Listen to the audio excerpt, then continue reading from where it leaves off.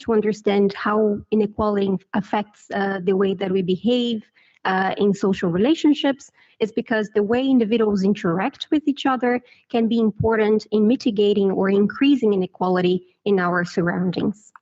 So with the goal to try to understand how inequality affects perception and decision-making, on my first chapter, I try to understand how individuals perceive inequality in chances.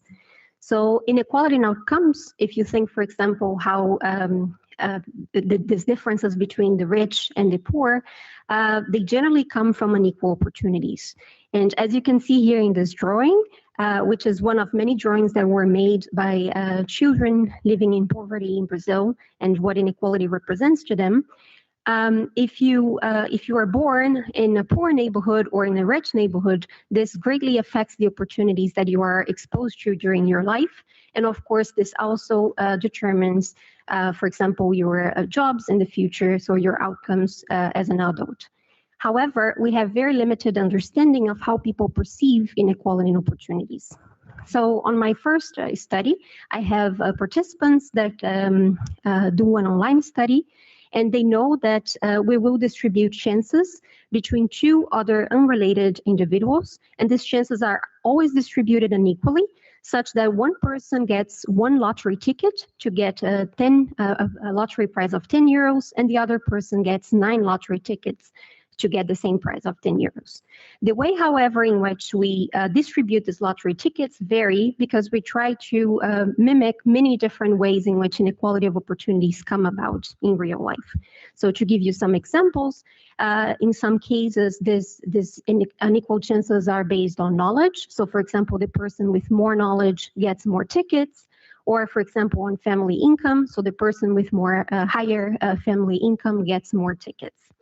For each of these procedures, what the participant has to decide is how fair they were and what was the responsibility of these people in getting these chances. Our main results here is that inequality is different than fairness.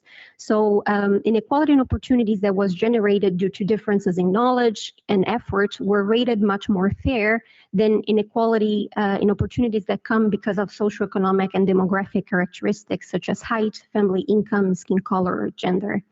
We also saw that there is a very high perceptions of fairness and individual responsibility were highly associated. Now, the question is, if people understand these differences in inequality in opportunities, are they willing to do something about this?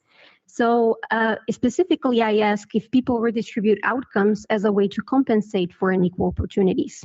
And here participants come to the lab and they are paired with another participant in the lab. And again, we distribute these chances to win a prize of 10 euros, a lottery of 10 euros unequally between them. One person gets 1 ticket, the other gets 9 tickets. And the way we do that also varies. So for some participants, this is based on height. So the tallest participant gets 9 lottery tickets. For some participants, this is based on luck. So the participant that tosses a higher number in a dice gets 9 tickets. And for some participants, this is based on merit, such that the participant with the highest score on a knowledge quiz gets the more tickets. And participants are informed of how many tickets they get and also how these tickets were distributed. And they have to answer how if they are the winner of this lottery, how would they distribute this prize between themselves and the other participant they are matched with. Here, results are that participants with lower opportunities say they will share more of the lottery prize than participants with higher opportunities. And this is mainly because of that participants with more chances feel more entitled to the prize and therefore redistribute less. Another result is that participants again perceive differences between the 3 procedures distributing opportunities. So for example, luck was rated to be very fair and low in responsibility, whereas merit, for example, was rated very fair and high in responsibility as well. However, even if they perceive differences between these procedures, they did not differentiate between these procedures when redistributing the prize. So for example, for participants with low chances, they redistribute equally across the 3 procedures, and for participants with high chances, they redistributed slightly less in the merit condition. Now, one concept that is closely related to inequality of opportunities is economic mobility, or people's perceptions of their possibilities of changing or improving their socioeconomic status. So in this next chapter, I try to investigate how perceptions of economic mobility can influence consumer behavior. And my main focus here is on participants or low-income individuals. So in the first study, I have low-income individuals coming from low-income households in the US. And here I established that participants who believe that in society there are opportunities for them to climb up the ladder or to improve their socioeconomic status, they also report to seek more status on their daily life. Now, on studies 2, 3, and 4, I have European students, and here I manipulate this perception of economic mobility. So I tell these participants in the lab that they should imagine that they are just graduating and they are moving to a country where they will have their first job. With their first salary, they would belong to the bottom of the income distribution, meaning that they would be considered poor. And half of the participants are told that chances of improving their socioeconomic status in the society is high, whereas the other half is told that these chances are low. And here again, we see that participants who are told that their chances are high, they are more, they report that they are more willing to engage in consumption of goods that convey status to others. So far we have seen in this thesis that inequality can affect perceptions, but also decisions in terms of redistribution and consumer behavior. And in this last chapter, I investigate how individuals behave in situations of unfairness and fairness, and what are the neuromechanisms associated with this. So for this specific chapter, I am mainly interested in two types of reciprocity: positive reciprocity, which is reciprocating nicely a nice gesture that someone does to you, and negative reciprocity, which is basically punishing when someone is someone who is unfair or not nice to you. We also know from literature that people act reciprocally in two kinds of contexts, both when they are the target of someone's actions, but also when they are the observers of others' interactions. Here I am mainly interested in two regions of the prefrontal cortex, the dorsolateral prefrontal cortex and the medial prefrontal cortex, which have been related previously in literature to reciprocal fairness. And what we do here is that we use transcranial magnetic stimulation to downregulate the activity of these two regions to try to establish causality of the role of these regions in reciprocal fairness. As you can see in the picture, TMS is a non-invasive technique, which basically consists of a coil that you place over a participant's head, and it induces a change in electric current, which then diminishes temporarily the activity of these regions. For this study, participants play an economic game with two other people, and the proposer always have to allocate a monetary amount between themselves and the receiver. And this can be a very greedy offer, or it can be a very generous offer. Now, the receivers and the observers have to decide if they want to punish the proposer for this or reward the proposer for their offer. In our study, participants play sometimes in the role of the receiver, sometimes in the role of the observers, and sometimes punishing or rewarding the proposer is not costly for them, but sometimes they have to invest their own money in the experiment to actually punish or reward the proposer. Our main results here is that disruption of the right dorsolateral prefrontal cortex and medial prefrontal cortex leads to different results in situations of greedy and generous behavior. So when the proposer makes greedy offers, we see that the dorsolateral prefrontal cortex and the medial prefrontal cortex seem to be relevant to process self-relevant information, both in terms of costs and in terms of being the target of unfairness. But when the proposer makes generous offers, the dorsolateral prefrontal cortex and medial prefrontal cortex seem to be important to inhibit both selfishness and reciprocity motives. So in conclusion, this thesis shows that inequality affects perception, such that perceptions of fairness and individual responsibility vary depending on the source of inequality of opportunity. I also showed that inequality affects redistributive decisions, such that individuals with more opportunities propose less redistribution of outcomes. Next, I showed that economic mobility affects consumer decisions and that perceptions of high economic mobility encourage the consumption of status goods by low-income consumers. And finally, that positive and negative reciprocity are not necessarily different sides of the same coin, but seem to be underlined by different neuromechanisms and psychological processes. But most importantly, I think what this thesis shows is that inequality can really impact your perceptions and your behavior in a way that can actually contribute to the cycle and the perpetuation of inequality. For example, by affecting redistributive decisions, but also by affecting maladaptive consumer behavior. I thank you very much for your attention, and I give back the floor to the prolector. Thank you for your presentation, and once again, apologies from our side for the fact that the larger screen didn't work. We've got a very small screen that works, so we're privileged on this occasion. It's a pity that you missed it, because it was not only very informative, but also nicely illustrated by beautiful drawings of Brazilian children. To open the opposition, the floor will go to Professor Dr. Lisa Bruggen first. She's the chair of the assessment committee, and she's a professor of financial services at Maastricht University. The floor is to Professor Bruggen.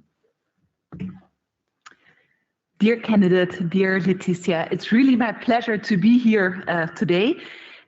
Even though when you started addressing us as Dear Corona, I realized that sounds very strange nowadays and has a very different meaning.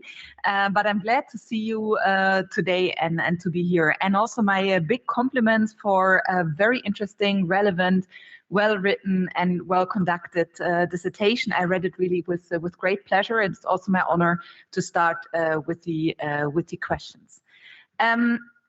My question concerns chapter 2, your first empirical study. A first observation is that your sample is actually rather small. So you have 82 undergraduate students, most of which study business or economics. So you don't have a very diverse sample. You also call it sample from a rather egalitarian environment. And a second observation is that you have rather high standard deviations for the fairness ratings of benevolence, effort, luck, and knowledge. So there seems to be at least some disagreement on what is fair or not fair, right? And I would find it very interesting to learn more about the heterogeneity in the fairness evaluations and what it's related to. You look at the possible role of gender and you don't find an effect for that. But it could be very likely that other variables actually affect the fairness ratings. Since you do have little diversity in your sample and you didn't measure more, so probably we cannot learn this now from your empirical study, but I would still like to hear your thinking on which factors could possibly drive the heterogeneity in the fairness evaluations for benevolence, effort, luck, and knowledge, and how that would possibly affect the generalizability of your results. Highly esteemed opponent, thank you very much for your kind words and for your interesting question. If I understand correctly, you are pointing out that in chapter 2, we have indeed like a heterogeneity in how fair participants evaluate these different procedures. And you're asking like what are the possible causes for this heterogeneity. And what I think, it is true that the sample is small and the sample is rather of privileged students, and it is an empirical question of whether this is found again in different samples. It is true that in chapter 3 we replicate the same things with still a sample of the students, but a different sample. So I think it already shows that it can we can find this again with perhaps with different samples. But I think what contributes to this heterogeneity is the fact that we are investigating inequality in a context of a lot of uncertainty.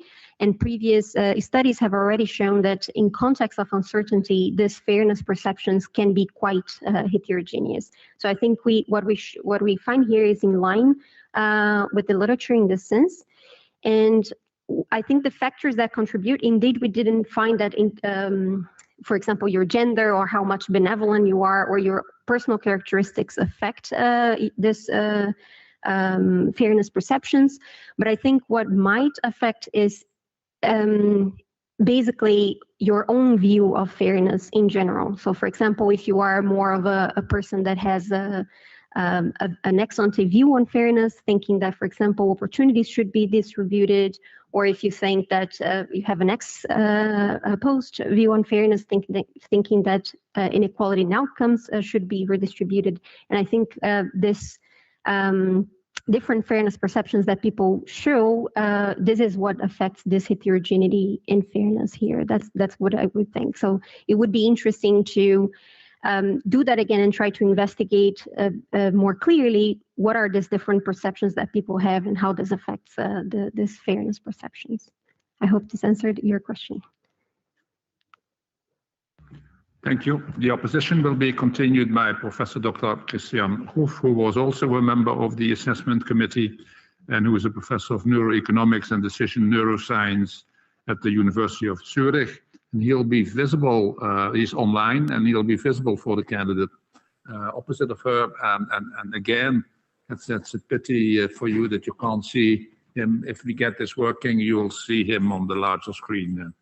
The floor goes to Professor Hoef.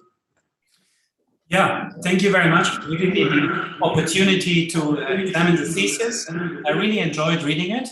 I think it addresses a very interesting question from many different angles. So my compliments to you. I really enjoyed reading it. Since I am very interested in studies of we're using brain stimulation to study the neural basis of social behavior, my question is about chapter 5 mainly.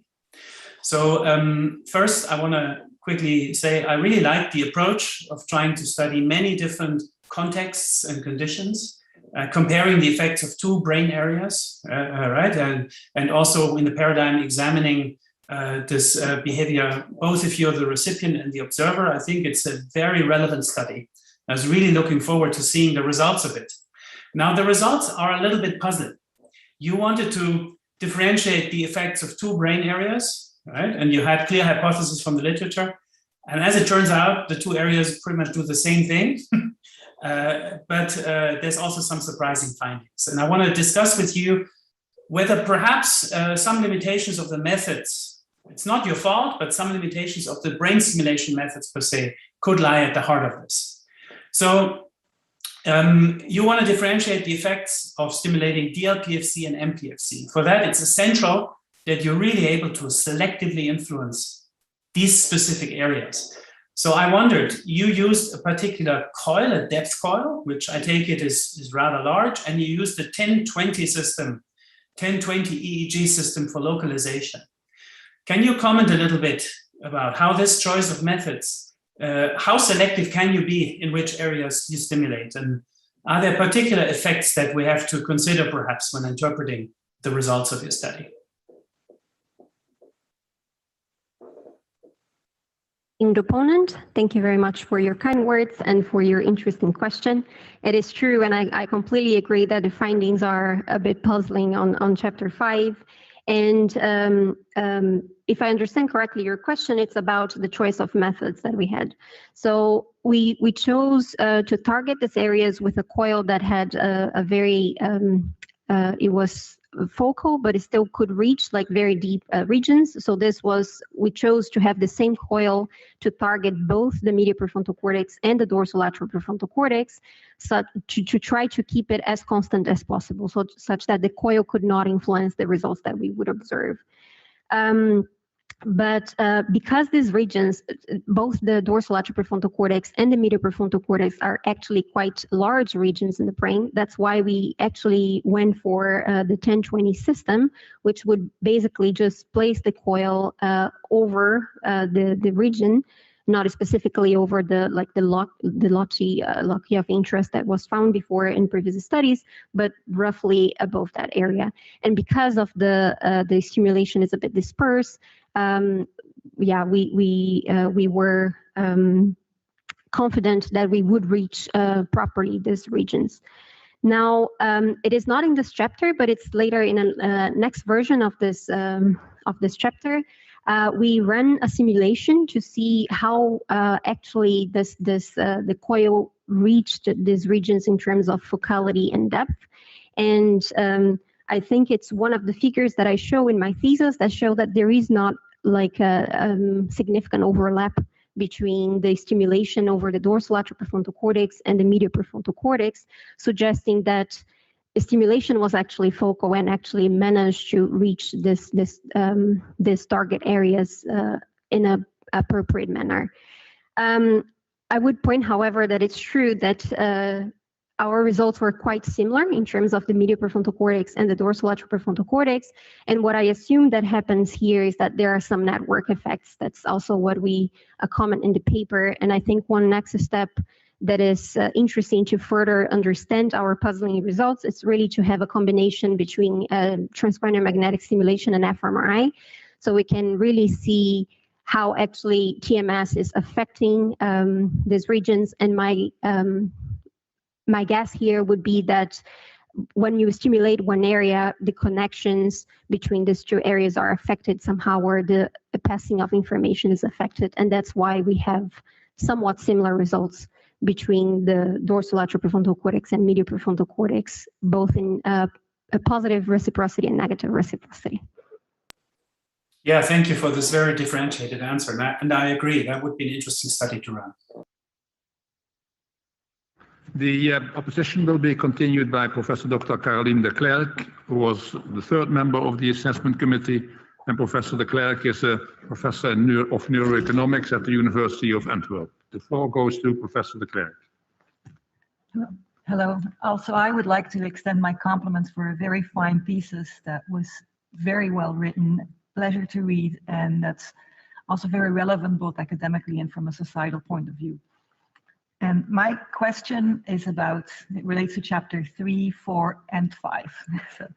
So in chapter 3, you find that stakeholders with high winning chances redistribute less, and that this is mediated by subjective entitlement, meaning that high winning chances legitimizes inequality. And then in chapter 4, you find something similar, that the bottom tier consumers who perceive upward mobility spend more on high status goods. And again, you find that high mobility, or the perception of high mobility, legitimizes inequality. And so my question is, with what you know from chapter 5 about the roles of the dorsolateral prefrontal cortex and the medial prefrontal cortex, what would you expect their role would be in this legitimizing process?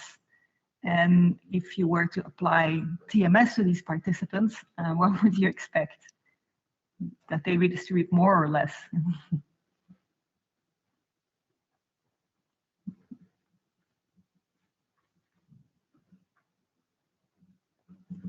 Highly esteemed opponent, thank you very much for your kind words and for your very interesting question.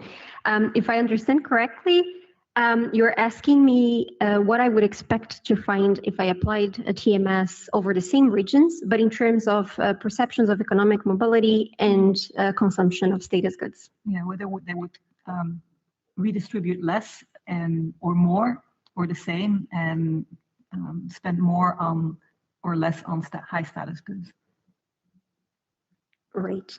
Thank you for the extra clarification. So I think one thing that we learned from chapter 5, and it is actually replicating previous findings, is that TMS over both the right dorsolateral prefrontal cortex and medial prefrontal cortex does not affect perception of fairness. So I would think that if we would stimulate these regions again, we would not find differences in terms of how fair people think the society is, or the legitimacy of inequality as such.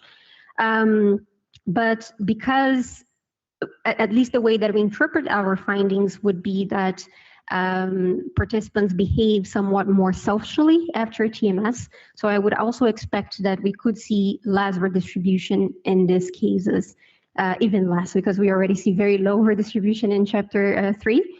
So I would expect that it affects such that they are a bit more selfish, keep more of the outcome for themselves and redistribute less, although it does not affect the legitimization of inequality or the perception of fairness in that case.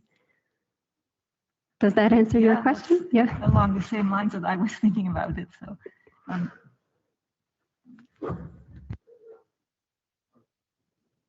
I was just saying that it's reacting that you should also push the button, because on the live stream they wouldn't understand you if you don't have your microphone on.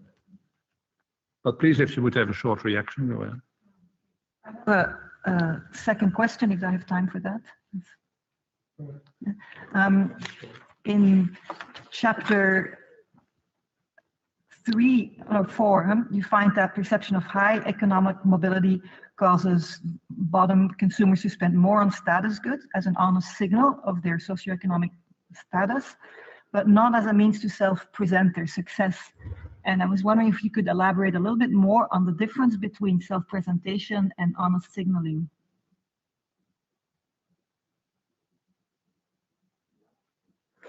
Thank you for the follow-up question. So on chapter 4, we do find that perceptions of high economic mobility lead to higher willingness to purchase status goods. And we tried different mediators in that case. So we tried different underlying processes exactly because like this very, like real life, like in real life, there are many things that could affect like how this perception leads to consumption goods. What we find is the legitimization of fairness. We tested for self-presentation. So because one of the hypotheses that we had was that people would try to present themselves in a better light. And we didn't find this here, although we do see in one of the studies that the purpose seems to be to signal status to others. So that is indeed a bit puzzling. I would think that perhaps the way the scale that we used is not it's not really like comprehensive, or maybe not really capturing this presentation concerns, perhaps because of social desirability, like you don't really want to say that you want to put yourself in a better light for others. And another thing that I would think is that perhaps the self-presentation concerns really plays a role whenever you are trying to present yourself in a better light to actually achieve better opportunities or to actually manage to climb the ladder. So for example, to present your CV in a better way, trying to get better opportunities to actually improve your socioeconomic status. And this is for sure not really captured in those items. So perhaps that's why we don't find the self-presentation concerns, although it is true, well, at least the results seem to suggest that participants are trying to signal to others their status. Thank you. The audience must have noticed, but also for your information, the screen works above you, so that's, of course, nice to know.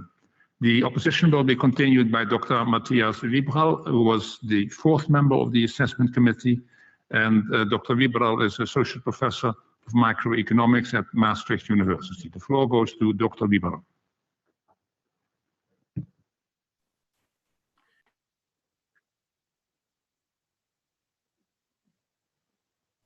Dear Leticia, first of all, congratulations also from my side on this dissertation. I was fortunate enough to see its development over time in many discussions, and I think all the effort is to make a very nice piece of work. My question concerns chapter 5, and I like this chapter a lot because it takes, in contrast to other work in this area, it takes previous work seriously and is very rigorous with clear-cut hypotheses based on previous research. As you probably know, there's a discussion about whether positive and negative reciprocity are simply two sides of the same coin. And I was wondering whether you could discuss a bit what your findings can contribute to that discussion. And related to this, whether you have looked at the individual level at the relation between punishment and reward, and potentially the effect of TMS on this relation.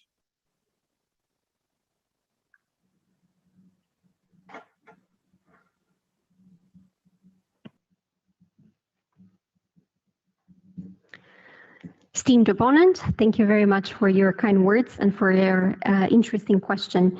To answer the first part of your question, I think our findings do contribute to this debate on whether there is this asymmetry between positive and negative reciprocity. And I think this is one of the major contributions of this chapter, I would say, in the sense that we do not find results that we could put together in terms of positive and negative reciprocity, meaning that I do not think that they are underlined by the same mechanisms, but rather than perhaps over time, we evolve to also have different psychological mechanisms for when someone treats us unfairly or when someone treats us fairly.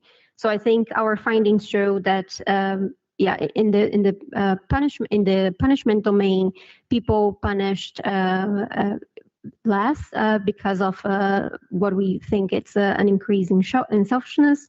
And in the reward domain, we find that it might be that these two areas are regulating different procedures, both selfishness but also reciprocity motives. So I think our results contribute to this finding that they are not necessarily the same thing. And I think our findings also encourage future studies to try to investigate positive and negative reciprocity within subject designs, because then we can see this differences in when everything else is kept controlled.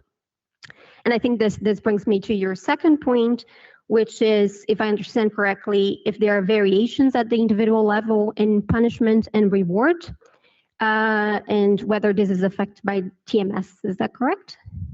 Well, whether there's a correlation between punishment and reward at the individual level, and whether this correlation is different under TMS. Yeah, I cannot remember if we looked at that precisely. I know that we control for this within subjects in our models. I would think that participants who punish more also reward more, but I am not entirely sure here, so I would have to check. But I would suppose that this correlation is there. And as for whether TMS would affect this correlation, perhaps not necessarily, because the findings are different for the punishment domain and for the reward domain, so not necessarily. But that's a very interesting question. I'll make sure to check that. The opposition will be continued by Dr. Mirre Stallen, who is an associate professor of psychology and poverty interventions at Leiden University. The floor goes to Dr. Stallen. Dear candidate, dear Leticia, it's an honor to be here. I very much enjoyed reading your thesis, as everybody else I hear. It was really well written, so compliments on that. And I really was impressed with the diversity of studies that you conducted. And I really appreciated also how much you try to talk about the practical relevance, which is something I try to do myself also on a daily basis with findings like that. Yeah, my question is about chapter 4. In that chapter, you conclude that participants with a low income are more willing to consume status products when they believe that upward mobility is high compared to low. And now when reading these results, I wondered to what extent we can really conclude this is about status seeking, status products. And so let me say why I was thinking this. I was imagining being a participant in your study. And then I realized that maybe participants could be less happy in the high economic mobility condition than in the low economic mobility condition, because they're being told they have a low income and that they're unlikely to change because there's not much mobility possible. So it might be a little bit demotivating or depressing compared to the other condition. So I then wondered whether the results that you describe on consumption could reflect some kind of hedonic consumption. You want to feel good about yourself. Because also going to a restaurant with friends is also nice for yourself. Yeah, so I'm curious of what you think of this alternative explanation. And also if you have any ideas how to test this or figure out if this actually could be an alternative explanation. Esteemed opponent, thank you very much for your kind words and for your interesting question. So you're asking me whether our findings could be explained by participants in a low mobility scenario being, for example, less happy and trying to invest in hedonic consumption. I think that is a very fair assumption, and also like what previous studies have shown is that in low participants in a low economic mobility scenarios, they normally tend to have this consumption patterns that are trying to, for example, increases variety seeking or other behaviors like that, just trying to get what they can. I think in study 1B, I think we kind of control for that. So like we have both hedonic and utilitarian items for both the status and non-status goods. So in some way, I think this would be controlled for. In the next studies, I think this is even less of an issue, but perhaps, for example, we have like this going to a restaurant it can be hedonic. That is of course an empirical question, but I think our findings here are more about signaling to others, and I think this is shown on the study that we have this income visibility component that we have these findings only for the conditions in which visibility is actually low, trying to suggest which suggests that participants try to signal to others something about their status. So I would think that it's more about the signaling than which is more than would be about this hedonic consumption. But I think this should definitely be tested, and I think we could try to. I think we have tried before with, for example, visible and non-visible items. We could also try like with purely status goods that are purely hedonic, or status goods that are a bit more utilitarian, which is a challenge to do. But we could try do this and and see if we would find this only for hedonics. This would suggest that it's not really only about signaling, but also perhaps about enjoying themselves. Thank you. I have time for a follow-up question. Actually, it's not a follow-up question, it's a little bit broader question, because you talk about the practical relevance of your studies. And I'm very curious, which of your findings do you think lends itself best for a first step towards some practical implication? I would think that chapter 4 is the one that has like the most direct implication, because it really stemmed from my own perceptions, like coming from Brazil and how much status is valued there. And when I came to Europe and I saw like these differences in how people dress and how people value having like this status. So I think this is the most direct implications, because especially if you're financially constrained, investing on these goods can be quite detrimental to your financial, for leaving this poverty trap. And it is a bit, I have questioned myself about what to do, because if you also tell people that economic mobility is actually not as high as they think, this is quite depressing, and as we saw in other studies, can have other effects on this on consumption patterns that are also not optimal. And I have read one recent paper that shows that if people believe that inequality is high, but this is actually like a systemic issue and it's not so much about individual responsibility, this actually increases their political participation. And I think this is, for example, one of the insights that I would think, like if you actually inform citizens that mobility is low, but this is actually a systemic issue and not so much about because you are not hardworking or something, this could increase your political participation to the extent that you actually try to vote for people who actually do something to lower inequality. Thank you. The opposition will be continued by Dr. Jan Engelman, who is an associate professor of neuroeconomics at the University of Amsterdam. The floor goes to Dr. Engelman. Thank you. I think you can hear me. 1 second. I'll mute myself because not mute. I'll mute the sound. There's a lot of feedback. So first off, allow me to join my colleagues in congratulating you on your excellent thesis. I think it was excellent. I had a good time reading it. It was really well written. And you address topics that are important for society, but also for academia. So it covers all the main aspects. I was very impressed by the fact that you use different methodological approaches across your chapters. So you start with online surveys, then you go to behavioral lab experiments, and then finally you use neuroscience methods. So it's good to have these converging pieces of evidence, right, to draw stronger conclusions. So this is great. Another notable feature also is your thoughtful development of your hypotheses based on prior research. And I think you did this really well throughout your thesis. And you put a lot of effort into this in chapter 5.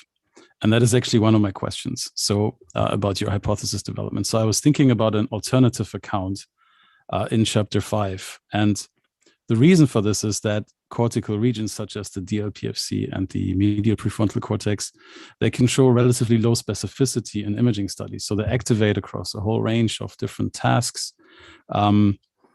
For instance, working memory and attention are some for the DLPFC, and valuation and reward are some for the medial prefrontal cortex.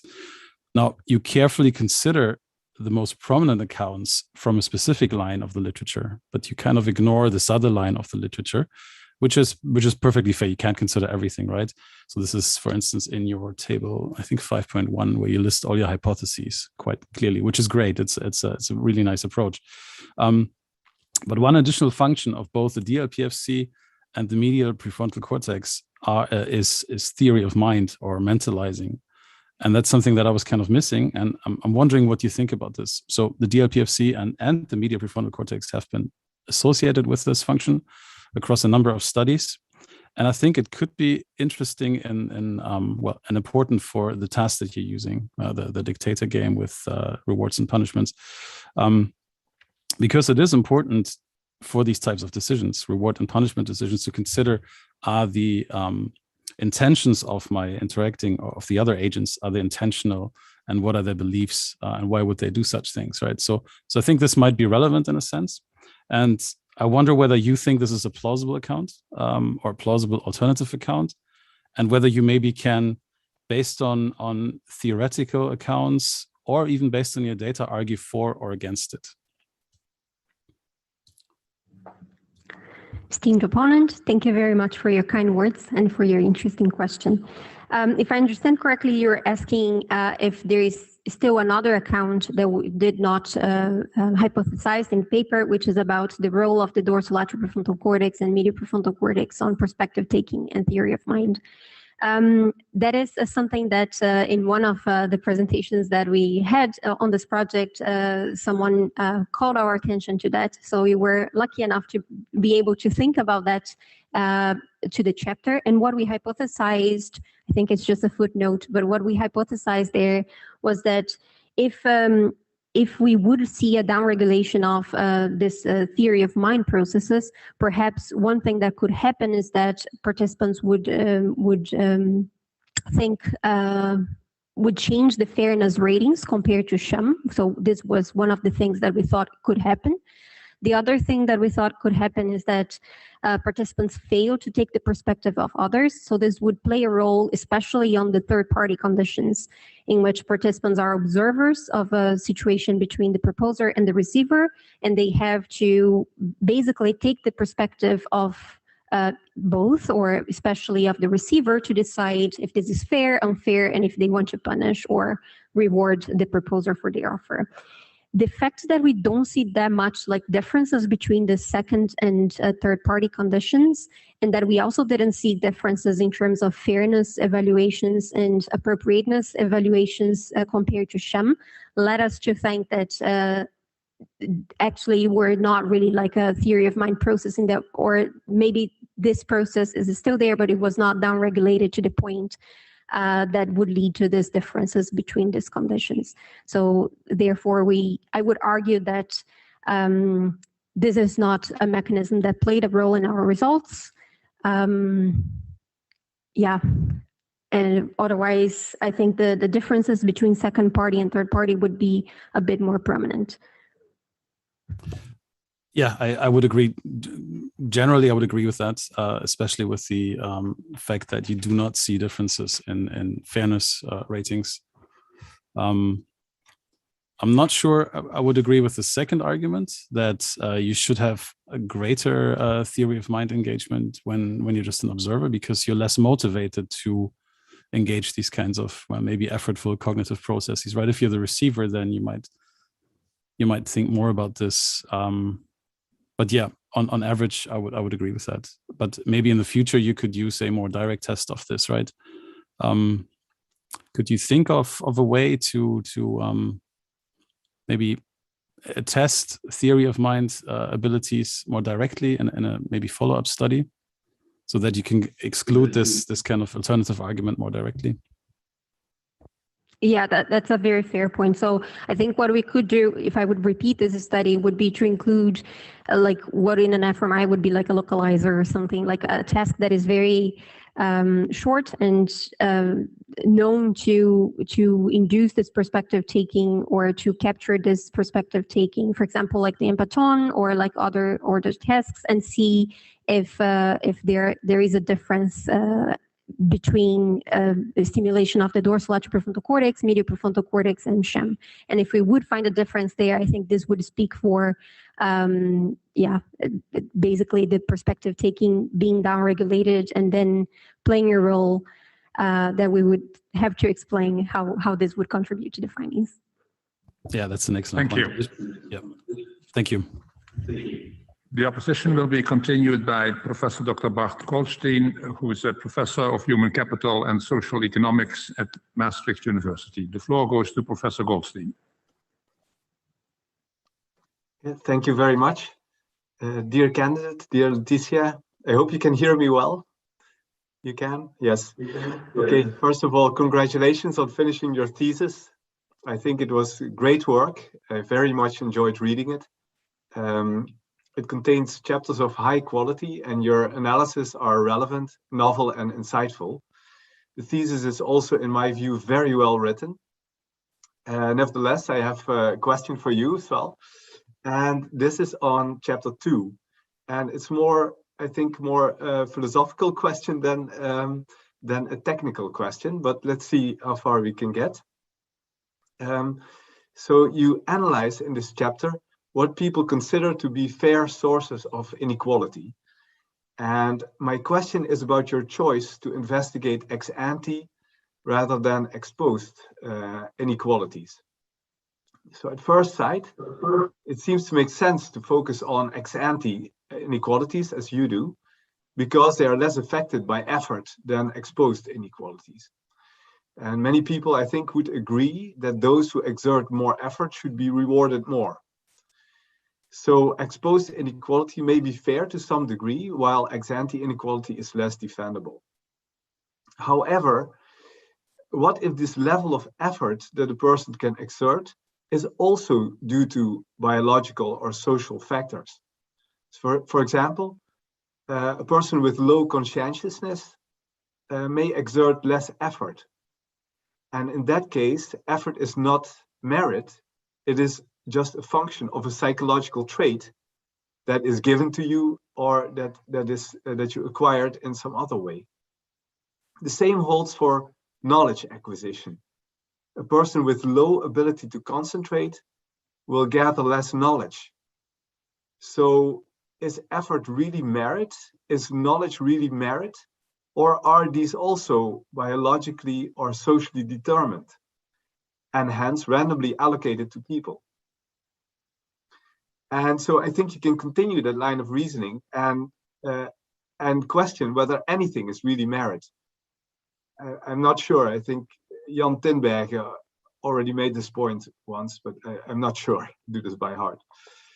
So my question is, if all differences between people are given, so nature, or acquired, so nurture, and none of the differences are purely merit, would it then still make sense to look at inequality in opportunity? Or should we perhaps focus on inequality of outcomes instead? I look forward to your answer. Highly esteemed opponent, thank you very much for your kind words and for your thought-provoking question.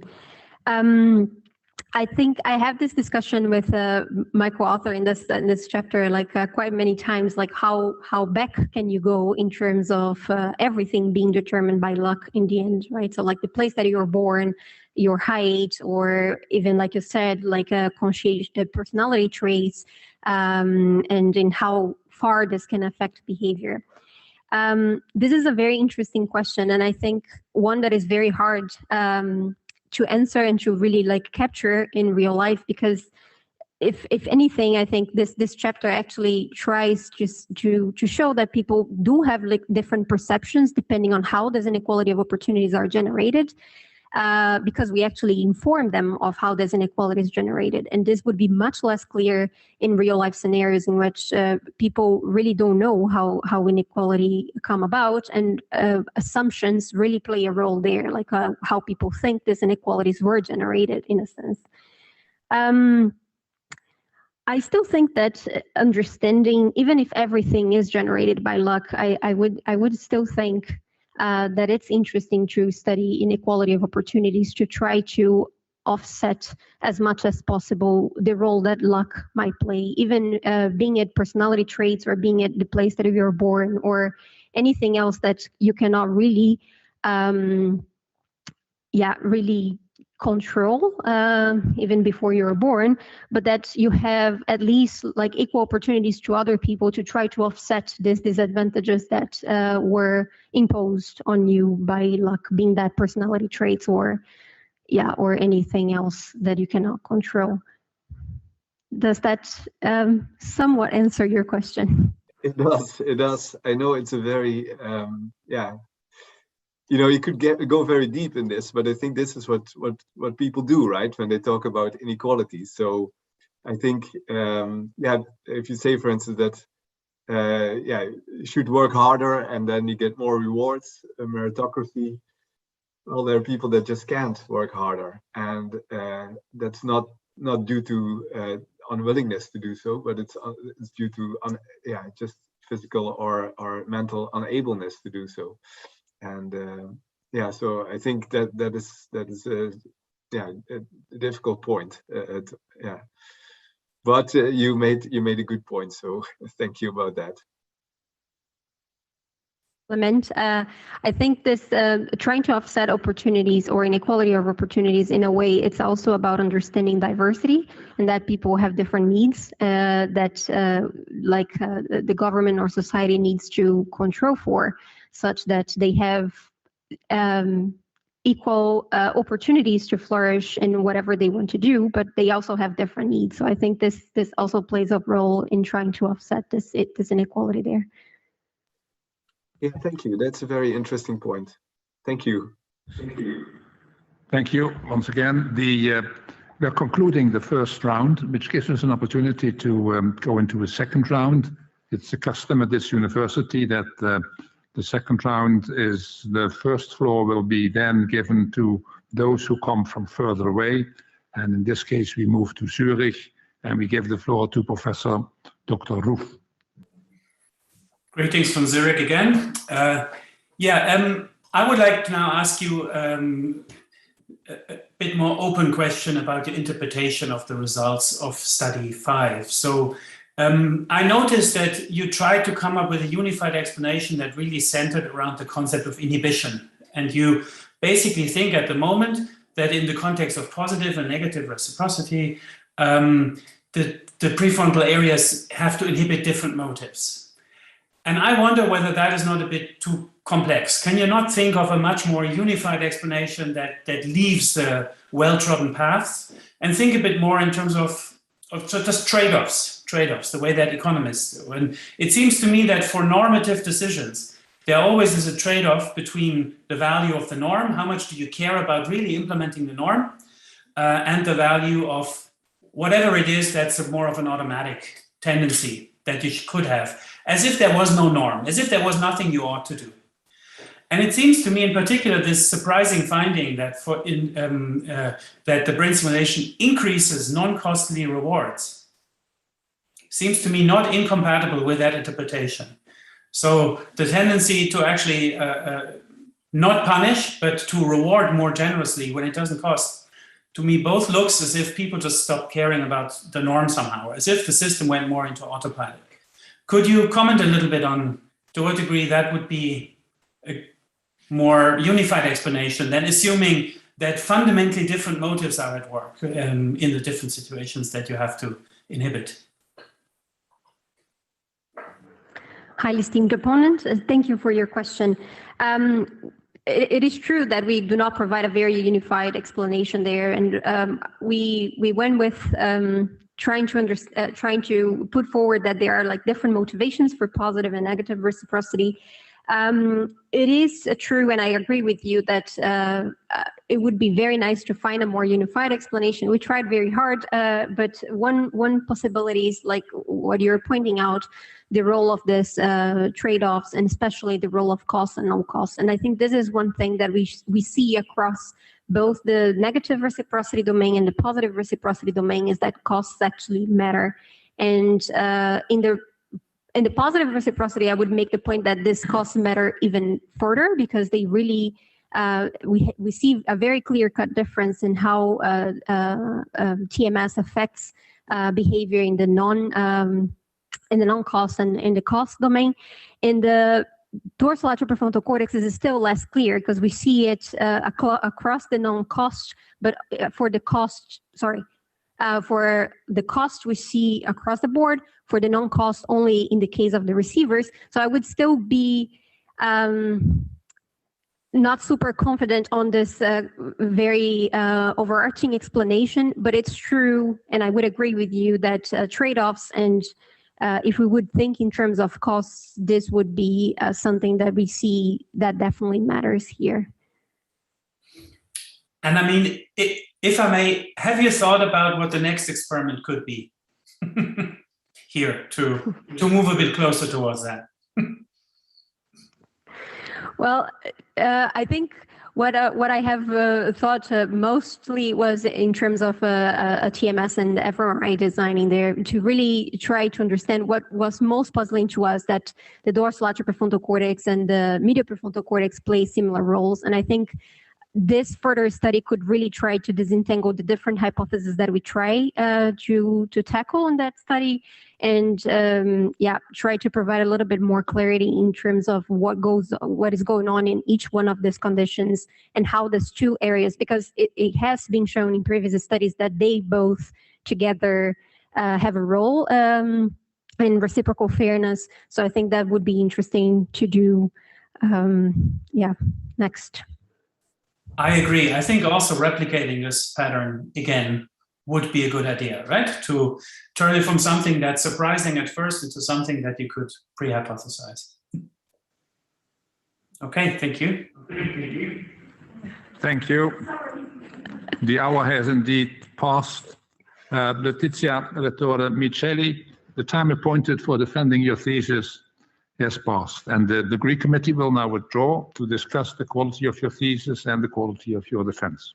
I request that you and your company await results of our deliberations and our return in this room.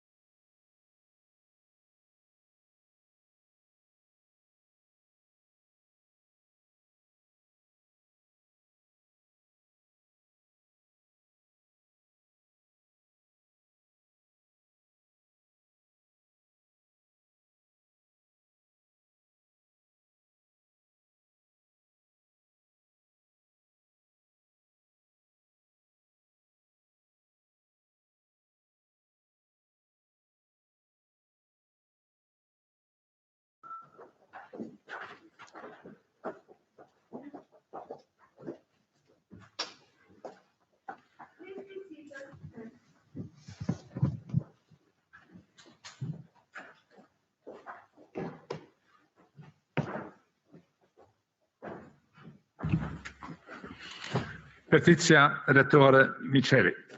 The degree committee here present has assessed the quality of your thesis and the quality of your defense. And in view of its positive verdict, and taking into account your previous qualifications, the degree committee has decided to grant you the degree of doctor.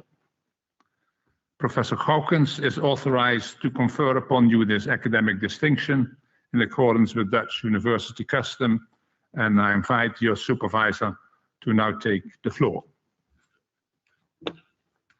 Dear Leticia, do you promise to work in accordance with the principles of scientific integrity at all times, to be careful and honest, transparent, independent, and responsible? I promise. By the authority vested in us by law and in conformity with the decision of the committee here present, I hereby confer upon you, Leticia Rettore Micheli, the degree of doctor and grant you all rights attached by custom and law. As evidence of this, I now present you with a degree certificate signed by the rector, the secretary, and the other members of the committee, and affixed with the official seal of the university.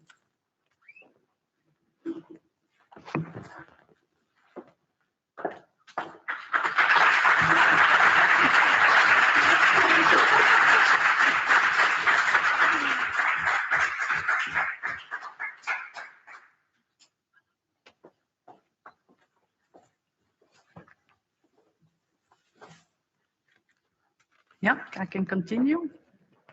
Perfect. I first take the floor and then hand over to Arno. Dear Leticia, a couple of years ago, you entered our office to apply for a PhD position, and I still remember that day quite well. We were looking for a 5-legged sheep, someone with experience in neuroscience, some expertise in marketing, an interest in CB. You did not fulfill everything, but it felt so right to offer you the job. You came across as a very friendly, social, and intelligent person. We were convinced by your charms and offered you the position on the same day. From in beginning, you were quite explicit on what you wanted to research. Inspired by what you witnessed in your home country, Brazil, you wanted to understand social inequality. Throughout our many discussions, brainstorms, and chatting, it always became clear that this topic was close to your heart. It marks you as a person, that it is your hope that one day the world will be a more equal, fair, and inclusive place. That being said, working with you also comes with some challenges. Leticia, waiting for your writings is like waiting for Merlot, one of the better French wines. For the aging to be perfect, you need to wait a bit, and a bit more, and a bit longer, very long. But when the aging is done, the taste is heavenly. Same for your writing. It takes long, very long. But when you finished writing your ideas, mostly during late hours, it is a joy to read. It tells us that the best things in life are those you have to wait for. Speaking of late hours, I often wondered during all of these years whether you ever managed to get over your Brazilian jet lag. You are really an evening person. In fact, I think that you are the only PhD student who overslept a supervision meeting, one which was scheduled at 11 in the morning. In fact, after all these years in the Netherlands and in Germany, you definitely kept your Latin touch. You have a clear opinion on most things, and your family and your cats mean the world to you. You have a warm personality, and you're fond of good, preferably warm food. I think you never learned to appreciate the Dutch lunches. Speaking of cats, Leticia, you and your furry friends. It is a relationship that none of us can completely understand, I guess. A relationship that reached its climax in your second PhD year, when you suddenly disappeared for 2 weeks without notifying anyone. We had no clue where you were, which was in hindsight strange, given that the story was all over the news. For those who don't know, Leticia's cat was kidnapped by her wicked neighbor, who drove the cat all over to Belgium, of all places. And luckily the cat was found, Since then, the poor thing needs to stay inside and carries a tracker. Leticia, in a minute, we have the pleasure to hand over a present to you. A present that Kelly already bought in October 2018. And we bought it because we knew for certain that you would like it. We also bought it because we already knew back then that this day would come. We never doubted that you would manage to successfully finish your PhD. You take your time, but you do things well, always. Leticia, you're a great person. We already miss you within the department. We truly wish the best for you for the future. I'm sure we will continue working together. We are still waiting for your writings, by the way. Congratulations to you, to Flavio, and to your family. And unfortunately, your parents not able to come, but also congratulations to them. They will follow via live stream. Okay. So congratulations, Leticia, you made it. Thank you very much. And now I give over. You want the microphone?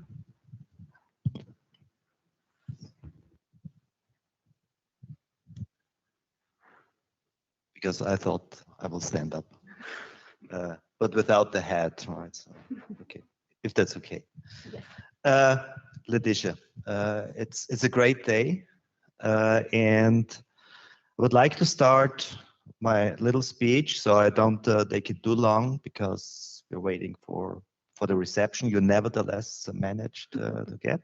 And also, of course, you want to celebrate and not listening to your supervisors even longer than the couple of years you had already to listen. But I still would like to start with the quote you have on the back cover of your thesis. I do not write the Brazilian Portuguese, so that won't, because the only thing I can say is Dois cafés, faz favor. That's the only Portuguese I've ever learned. It worked for coffee, but I don't think it works for PhD defenses laudatios. Okay, what does it say in English? It says social inequality pervades our world. It disrupts almost everything. It is all over. It is all over. Is it ever going to be over? I can't foresee what is to come, nor can I change everyone. I think it very well describes your passion, your ambition, your person. And you're right, or the quote is, I don't know whether it's your quote or from someone else's quote, that's not important, that you write, nor can I change everyone. But I'm sure you can change someone. And I think your thesis already shows this, that you're on the way to this. I think, you have changed people here in the audience, but also in the committee, because people are very impressed. I think I'm allowed now to say this, right? I'm looking to the chair, yes. That people are very impressed by your thesis, but also your defense. And I think that also changed the mind of people. And I think that's already the first step, perhaps, to change also people's behavior. Otherwise, we wouldn't combine neuroscience with behavioral studies. Okay. Let me just go back a little bit to the very beginning. So Caroline also alluded to that a little bit already. I mean, you did a really very interdisciplinary PhD. Right? So you have yourself a background in psychology and cognitive neuroscience. You joined a place at the School of Business and Economics, at the Department of Marketing and Supply Chain Management. You had to work together with economists, and I know this was not easy, right? Because, I mean, neuroscience, psychology, and other social sciences speak different languages, but also marketing and economics speak different languages. So I think the first year, it must be very, very difficult. And I also remember, or at least maybe more than the first year, but at least the first year. And I really remember also, and I really liked this, that we had these meetings. I remember sometimes it was pretty cold in this little room for marketing. It was kind of a meeting room together with Magello, where we had some lunches together to talk about all kinds of things. But also one of the things was, of course, all the difficulties that come with interdisciplinary research. But I think, I mean, what you have shown in your thesis is that if you're passionate enough, if you're smart enough, if you're working hard, you can overcome it. And you can come up with very, very nice research, which kind of synthesizes all this. And this is what you show in your thesis. And I really would like to congratulate you with that. The other thing I remember from our lunch meetings is also together with Marcello, because we started at the same time. Both of you had a psychology background. You did this interdisciplinary thing, and I think you were very afraid about your future. At least at some point in time, I really had the feeling, you know, you're afraid that you're going to be unemployed and nobody will want you because you do not know enough of something, but you know a little bit of everything. And I really can imagine, and I really can remember this. And I think I tried to convince you that it will come well at the end. I think my best argument back then was none of my PhD students is unemployed, but I don't think this really convinced you back then. Because, I mean, what does it mean unemployed, right? I mean, you can have all kinds of jobs afterwards, and this was not the idea.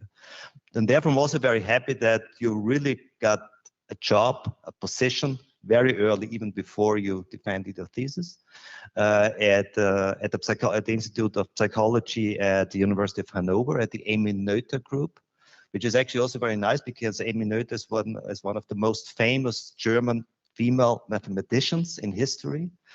So I think this also links up to your drive, to your passion, also with respect to gender diversity and gender equality. Perhaps, yeah, the cat tail. I mean, Carolina talked about already, so I also had to plan to say something. But I mean, I saw Carolina as she showed me what she was going to say, so I thought, okay, so I can delete this one, but I didn't want to delete it completely. Right? So I mean, this is this tale with because, and this Carolina did not mention. So what I was asking myself is why your neighbor brought your cat to Belgium. I mean, you know, going the other way, Germany does, you can go all over, right? You can go to, I don't know, to Hanover or wherever. You can go to the Netherlands. No, Belgium. And I was always, I'm not sure, right? Aren't your supervisors from Belgium? So I don't know whether there's a link or not. I mean, it's just a thought, and I know. So maybe we should discuss this later. Okay, so that's the only thing I want to say about the cat tail. I really want to finish this with a few words about your personality. I mean, much has been said already. I think, I mean, you're such a warm person. You're kind of the prototype of a pro-social person, I think. You have a smile on your face all the time. You also saw during your defense, you had a smile on your face. And this, although you even have bidden Murphy's Law, right? Because I think in your case, for your defense, everything went wrong, which went wrong, except for your thesis defense, luckily. So, and I'm very sorry about that. Many things went wrong, but I hope that we nevertheless can make a nice and a good and an enjoyable day out of that. So I stopped with my too long speech already. So congratulations from a warm heart from my side, and I wish you all the best for the future, you and your loved ones and your cats, which are also your loved ones, of course. Leticia, congratulations. Thank you.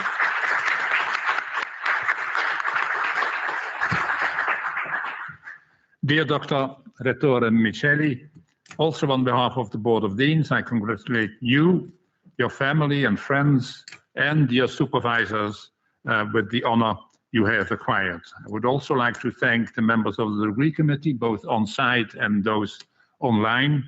And with this, I conclude this session and would like to give those online an opportunity to first congratulate you, because now they're online and in 1 or 2 minutes they'll be offline. So that's for them a nice opportunity. If you would like to have pictures taken, we can take some pictures here. And one of your